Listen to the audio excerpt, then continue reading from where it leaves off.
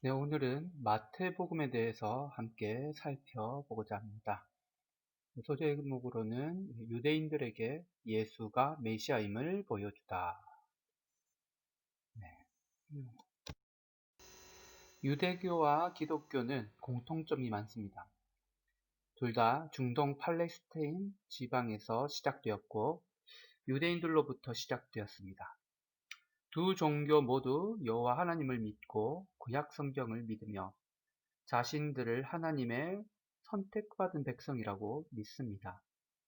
그러나 사실 유대교와 기독교는 크게 다릅니다. 출발은 같지만 시간이 흐르면서 유대교는 유대인들만의 종교가 되었고 기독교는 전 세계 모든 민족의 종교가 되었습니다. 거기다가 가장 늦게 생겨난 이슬람교도도 비슷해 보이지만 다르지요. 대표적으로 구세주, 메시아에 대한 시각이 다른데요. 유대교는 구세주는 아직 나타나지 않았다라고 보고 이슬람교는 구세주는 없다고 봅니다. 하지만 우리는 예수 그리스도가 예수님이 그리스도 구세주이심을 알고 있습니다. 왜 이런 차이가 생겼을까요? 조금 전에 언급했듯이 시각이 다르기 때문입니다. 마태복음은 이런 질문에 대한 해답을 주며 구약과 신약을 연결해주는 다리입니다. 마태복음은 예수님의 12사도 가운데 하나였던 세리 마태가 자신의 동족을 위해 기록한 예수님 이야기입니다. 마태복음에는 4가지 사실이 강조되어 있는데요. 첫째는 예수님은 구약 성경에 약속된 그리스도, 즉 다윗의 후손이다 라는 것입니다. 그리고 두 번째로는 예수님의 왕되심을 모든 민족에게 전해야 한다. 세 번째는 하나님의 백성은 혈통적 유대인이 아니라 예수님을 그리스도라고 믿는 사람입니다. 왜냐하면 유대교들은 다윗의 혈통에서 난 자라야만 된다고 생각하기 때문에 맞습니다. 예수님이 바로 혈통적 유대인이면서 그리스도시죠. 그런데 그 그리스도가 바로 예수님이라는 사실이고요. 그리고 예수님을 믿는, 그리스도라고 믿는 사람이 바로 하나님의 백성이라는 것을 한 번 더 생각해 볼 수 있습니다. 그리고 네 번째로, 마지막으로는 하나님의 백성의 규범은 예수님의 가르침이다 라는 것입니다. 지금까지 유대교들은 하나님 모세 오경만을 고집해 왔는데 이제는 그 모세 오경에 나타난 그 하나님의 사랑이 예수님의 가르침 안에 다 있다는 것입니다. 그럼 하나하나 구체적으로 먼저 예수님은 구약 성경에 약속된 메시아다. 유대인 가운데는 예수님을 메시아로 믿지 않는 사람이 많았습니다. 유대인들에게 예수님이 메시아라는 사실을 납득시키려면 두 가지를 증명해야 했는데요. 먼저 예수님의 족보, 예수님이 족보상 다윗의 후손이라는 것, 자손이라는 것과 두 번째, 예수님이 구약 성경에 약속된 메시아에 대한 예언을 모두 성취하셨다는 것입니다. 는 예수님이 메시아라는 사실을 증명하기 위해 이 두 가지를 강조합니다. 먼저 마태는 족보를 통해 예수님이 다윗의 후손이라는 것을 명백하게 밝히고 있습니다. 예수님이 어떻게 다윗의 후손이 되시는지를 살펴봅시다. 마태복음 1장 1절을 한번 보세요. 마태는 예수님의 족보를 아브라함부터 예수님까지 다음과 같이 14대씩 세 시기로 구분했습니다. 마태의 족보를 살펴보면 예수님과 다윗의 관련성에 집중적으로 말하고 있죠. 구약 성경에 나오는 족보와 비교해보면 마태의 족보에는 빠진 인물이 많습니다. 예를 들어 두 번째인 다윗부터 바벨론 포로까지의 시기 가운데 요람과 우시아 사이에 있어야 할 아하시야, 그 다음에 요아스, 아마시아 등이 생략되어 있습니다. 마태는 왜 몇 사람을 생략하고서도 이렇게 의도적으로 14대씩 끊어서 예수님의 족보를 맞추려고 했던 것일까요? 그것은 바로 다윗이라는 인물 때문입니다. 다윗이라는 히브리어 글자는 숫자로도 표시할 수 있는데요. 다윗이라는 히브리어 글자를 숫자로 환산하면 14가 됩니다. 족보의 일기는 아브라함부터 시작해서 다윗 왕으로 끝나고, 족보의 2기는 바벨론의 포로가 됨으로써 다윗 왕가가 멸망한 것을 다루고, 족보의 3기는 몰락한 다윗 왕가가 그리스도의 탄생으로 회복된다는 것을 말해줍니다. 자, 마태복음은 다른 복음서에 비해 예수님을 다윗의 후손이라고 말하는 부분이 매우 많습니다. 또한 예수님이 참된 메시아라면 다윗의 후손이실 뿐만 아니라 구약 성경에서 제시한 메시아에 대한 예언을 모두 성취하신 분이어야만 합니다. 그래서 마태는 이는 말씀을 이루려 하심이라는 공식어구로 소개되는 10개의 구약 성취 인용문을 통해서 예수님이 구약이 제시한 메시아이심을 증명하고 있습니다. 10가지 사건이 1표에 있는데요. 예수님의 동정녀 탄생, 구약에 이미 이사야 7장 14절에 예언을 한 사실이죠. 사건인데 신약에 성취가 됩니다. 그리고 두 번째, 예수님의 이집트 피난, 그리고 세 번째, 헤롯의 유아 학살, 네 번째, 나사렛에서 탄생과 성장, 갈라디아 지역에서의 활동, 예수님의 치유 사역, 메시아의 인물적 특징, 예수님의 비유 사용, 그리고 예수님의 예루살렘 입성, 마지막으로 가룟 유다의 배반과 자살에 관한 이야기가 이미 구약 성경책에 예언되었습니다. 그리고 이 예언된 구약의 예언들이 신약의 마태복음에 성취됨을 신약의 성취됨을 마태복음에 기록한 것이죠. 오늘날 성경학자들은 예수님이 성취한 구약 성경 내용을 300개 이상 찾아냈다고 합니다. 마태는 이 가운데 10개를 공식적인 인용 문구를 사용하여 예수님이 그리스도라는 사실을 증명했던 것입니다. 이제 마태복음의 또 다른 주제를 한번 보겠습니다. 기독교 선교의 보편성입니다. 예수님은 유대인만의 왕이 아니라 모든 민족의 왕이시기 때문에 복음은 모든 민족, 모든 이방인에게 전파되어야 합니다. 유대인들의 시각에서 다른 민족들은 모든 이방인에 속하죠. 그래서 마태복음은 이방인 선교의 중요성을 강하게 피력하고 있습니다. 예수님은 이방인 복음 전파와 역사의 종말이 불가분의 관계가 있음을 말씀하셨습니다. 마태복음 24장 14절 말씀입니다. 이 천국 복음이 모든 민족에게 증언되기 위하여 온 세상에 전파되리니 그제야 끝이 오리라. 아멘. 또한 부활하신 예수님이 제자들에게 주신 사명의 핵심은 모든 족속을 제자 삼으라는 세계 선교 명령이었습니다. 그래서 마태복음 28장 18절 19절은 이렇게 말씀합니다. 예수께서 나와 말씀하여 이르시되 하늘과 땅의 모든 권세를 내게 주셨으니 그러므로 너희는 가서 모든 족속을 제자로 삼아 아버지와 아들과 성령의 이름으로 침례를 베풀고. 예수님은 또 악한 포도원 농부 비유를 통해서도 이방의 중요성을 강조하셨습니다.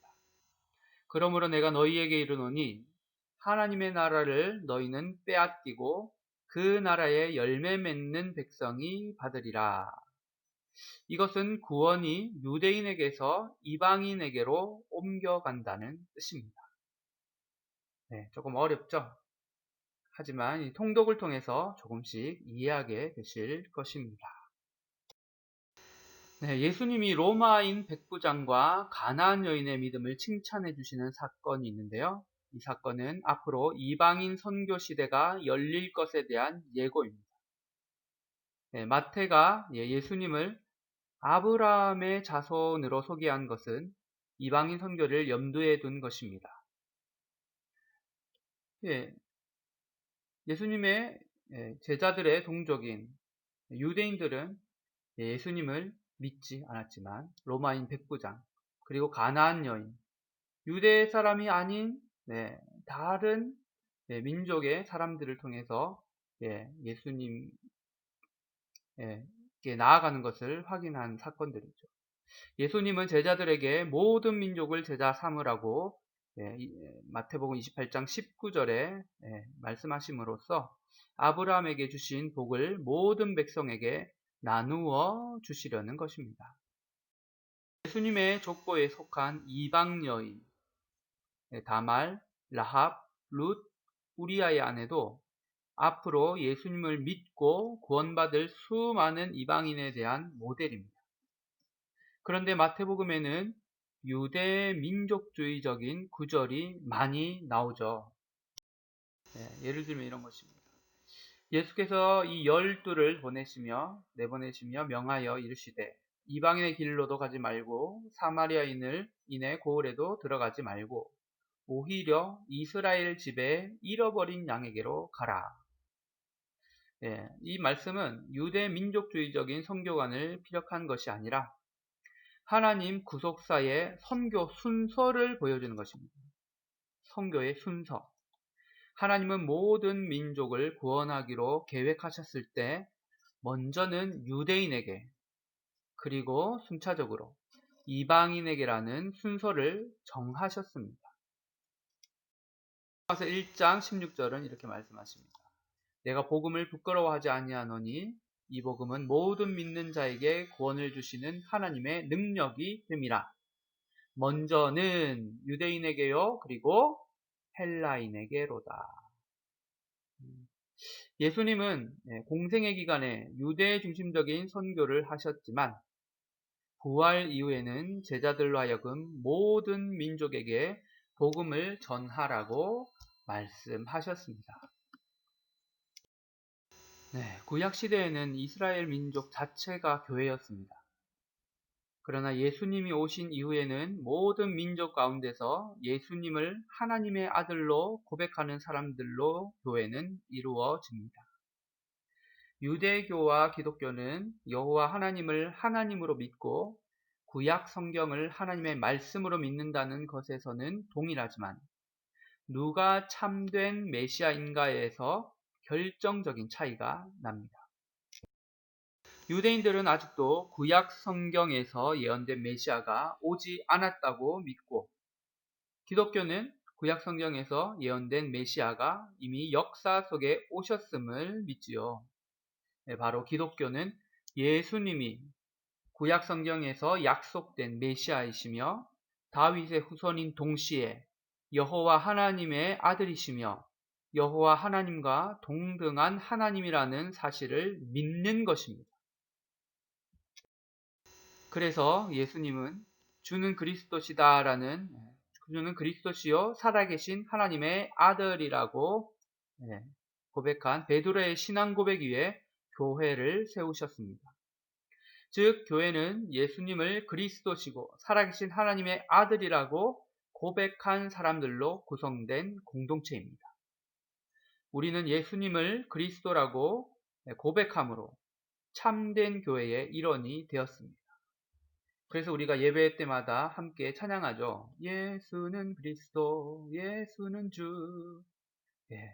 이 고백이 정말 귀합니다.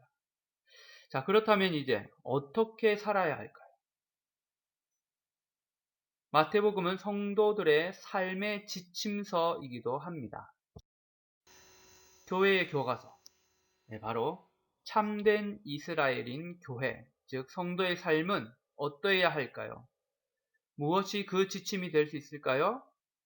유대인들에게는 모세의 오경이었다면 기독교인에게는 예수님의 말씀이 교회의 새로운 율법이요, 삶의 규범입니다. 그래서 마태는 예수님의 설교를 5개의 큰 주제로 묶어 마치 구약 성경의 모세 오경처럼 기독교 공동체를 위한 새로운 약속을 제시합니다. 바로 예수님께서 하신 설교를 이렇게 5부분으로 나누었는데요. 마태복음은 예수님께서 이 말씀을 마치심에라는 종결 어구에 따라 다음과 같은 큰 5개의 설교군으로 이루어져 있습니다. 첫 번째로 산상교훈, 5장에서 7장에 나오는데요. 천국 백성인 교회의 신분과 사명과 윤리에 대한 교훈입니다. 두 번째로 선교 파송 설교인데요. 천국 백성의 바른 선교 목적과 자세와 방법에 대한 교훈입니다. 세 번째로 천국 비유 설교입니다. 천국의 현재성과 미래성의 양면성, 그리고 천국의 비밀을 밝힘. 네 번째로 교회의 권리와 책임 설교. 교회의 권리와 의무에 대해서 설교하셨죠. 그리고 마지막으로 종말론에 관한 설교입니다. 종말에 대한 바른 자세에 대해서 설교하셨습니다. 설교들을 보면 행적, 예수님께서 어떤 일 행하시고 그 다음에 설교하시고 또 행하시고 설교하시고 행하시고 설교하시고 행하시고 설교하시고 이렇게 반복을 하죠. 처음에 어떤 일을 행하셨죠? 예수님의 메시아 사역 준비, 그리고 산상 설교가 나옵니다. 그리고 예수님의 기적을 행하시고 그 다음에 선교 파송 설교를 하시고 또 예수님에 대한 사람들의 배척, 그런 행적들이 나타나고요. 그 다음에 천국 비유 설교, 그리고 예수님의 임무에 관한 그런 행적들, 그리고 교회의 권리와 책임에 대한 설교, 예수님과 유대 지도자의 논쟁에 대한 그런 행적, 그리고 종말론에 대한 설교, 그리고 예수님께서 죽음과 부활에 대한 그런 사건들을 이렇게 쭉 설명하였습니다. 이러한 구조는 마태복음에 있어서 예수님의 가르침이 차지하는 비중이 얼마나 큰지를 잘 보여주고 있습니다. 이렇게 행적과 설교, 교차 대칭적인 구조로 마태복음은 쓰여 있습니다. 마태복음의 구조에 대해서 말씀드렸습니다. 자, 마지막 장인 28장은 지상명령으로 마무리되고 있습니다. 이 땅 가운데 우리가 살면서 따라야 할 하나님의 명령, 무엇일까요? 같이 한번 읽을까요? 그러므로 너희는 가서 모든 족속을 제자로 삼아 아버지와 아들과 성령의 이름으로 칭례를 베풀고 내가 너희에게 분부한 모든 것을 가르쳐 지키게 하라. 볼지어다 내가 세상 끝날까지 너희와 항상 함께 있으리라 하시니라. 아멘. 자, 여기서 우리가 좀 동사들을 볼 필요가 있는데요. 여기서 주 동사는 제자로 삼으라입니다. 제자로 삼아, 제자로 삼으라입니다. 그리고 3개의 동사, 가라, 칭례를 주라, 그리고 가르치라가 분사로서 제자로 삼으라는 말에 종속되어 있습니다. 중요한 거는 제자로 삼다이고요. 그 다음에 분사로 가라, 칭례를 주라, 가르치라. 모든 민족을 제자로 삼으라는 말은 전 세계 모든 사람을 한 사람도 남김없이 제자 삼으라는 것이 아니라 한 민족도 빠짐없이 교회 공동체의 일원이 되도록 해야 한다는 것을 말합니다. 모든 민족을 제자로 삼기 위해서는 첫째, 가야 합니다. 가되 모든 민족에게 가야 합니다. 가서 회개하고 예수님을 메시아로 받아들이는 사람에게는 칭례를 주어야 합니다. 칭례를 주라는 것은 교회 공동체를 세우라는 말입니다. 칭례와 성찬은 교회의 가장 기본적인 의식이며 기독교 예배와 교제에 있어 핵심입니다. 칭례받은 사람에게는 가르쳐야 합니다. 칭례받고 교회의 회원이 된 것으로 끝난 게 아닙니다. 칭례받은 이에게 예수님의 가르침을 받아 말씀에 순종하는 예수님의 제자다운 사람이 되도록 교육시키라는 것입니다. 지상명령은 곧 선교 명령, 가라 이기도 하고, 교회를 세우라는 명령, 침례를 주라 이기도 하며, 교육 명령, 내가 너희에게 분부한 모든 것을 지키도록 가르치라 이기도 한 것이지요. 지상명령은 교회의 가장 기본적인 세 가지 사명, 즉 선교, 예배, 교육을 모두 포함하고 있습니다. 자, 이제 마태복음 전체가 눈에 그려지나요? 네, 배운 내용을 생각하며 이제 마태복음을 읽어 봅시다.